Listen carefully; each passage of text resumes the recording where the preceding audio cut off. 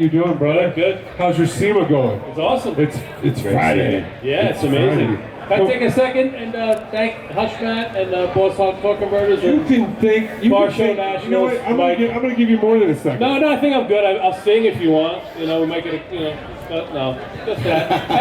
I really appreciate even our relationship.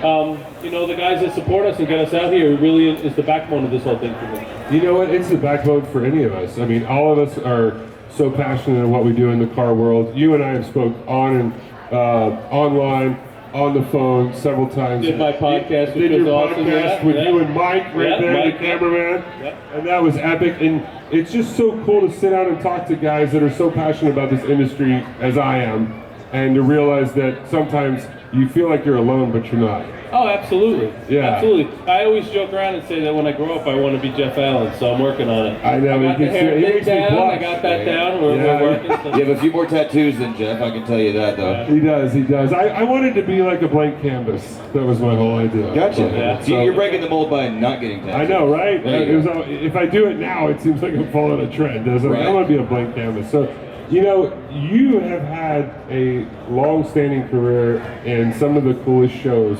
that have been on television, and your days in Overhaulin.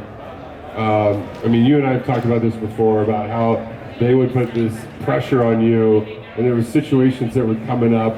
Is there that one time in reality TV when you were just like, what am I doing here right now? And had like almost a mental meltdown? All of them. Okay. Every single one of them, the whole time, the whole process. There's been some moments that you say to yourself, you question how much you can handle. And I remember a handful of them where I'm like, okay, I'm about to crack. This is more stress. I invited it to my life. And I tell people, some people that younger guys, and I try to support everybody, but you kind of, it's like, be careful what you ask for. Because when you sign that, yeah, I'm going to do that, it's real easy to say.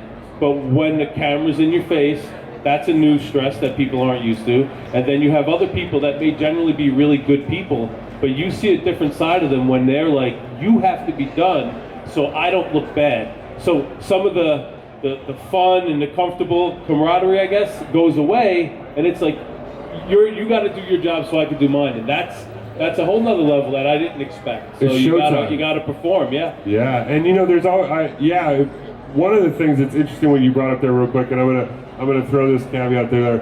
It is, you can do something 100 times, but you put that camera on, and it's a whole different ballgame. Oh, absolutely. All right, so before we get digging into more of Ed Golden, we're gonna bring up our next guest.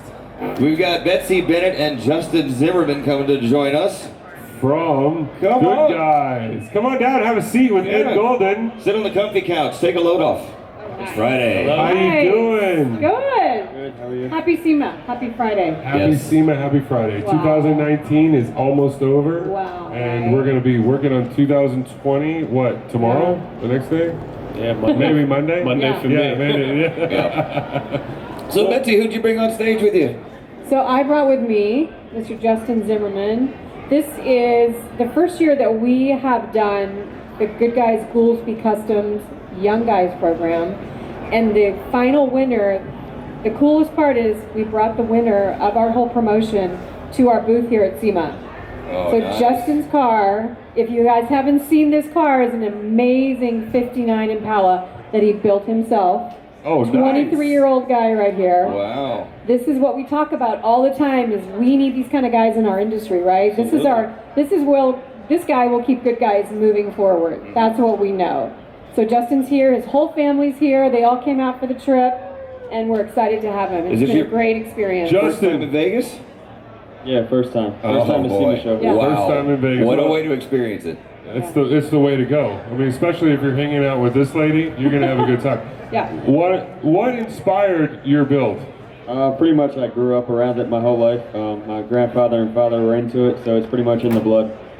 So, but I mean, the actual vehicle, why did you choose that particular one? Was that? It was my grandfather's first brand new car. He had 5 of them and handed one to me and pretty much told me. So that was actually your grandfather's car, not just a similar one. That was your actual grandfather's car. Yes. Wow. That is cool, man. Right? Because you know what? The one thing, and Betsy knows this about me, is I am all about cars with stories. Mike knows this too. This car is an amazing And story. that is incredible. That is so awesome. I wish I had something from my grandfather that I could restore. So that's really cool. that's man. great. So congratulations to winning. That's a great honor. You know, it's a tough crowd at Good Guys. There's no doubt about it. I go every year. It's a fun crowd, but it's also a tough crowd because these guys, they bring their A game. So to go in there and win this, hats off to you, man. That's a huge accomplishment. Thank you.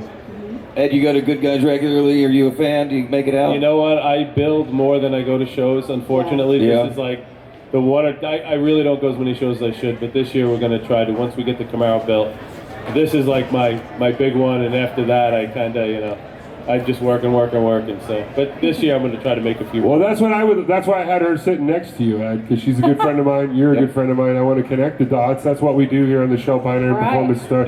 I would like to get some of Ed Golden's rides out to Good Guys, and I also want Ed to go out there and have fun. You know what I like about Good Guys? It's not just a car show.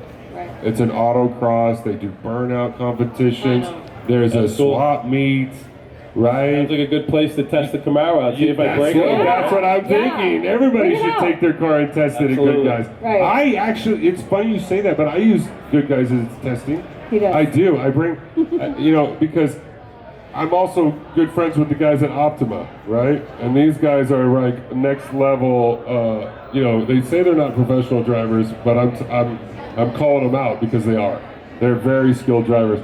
So what I like to do is I like to go to Good Guys, which also a lot of them do too. You're testing your equipment, you're autocrossing, it's a safe environment, it's fun, it's engaging. They do these shootouts, and then you have all these other people coming up to you.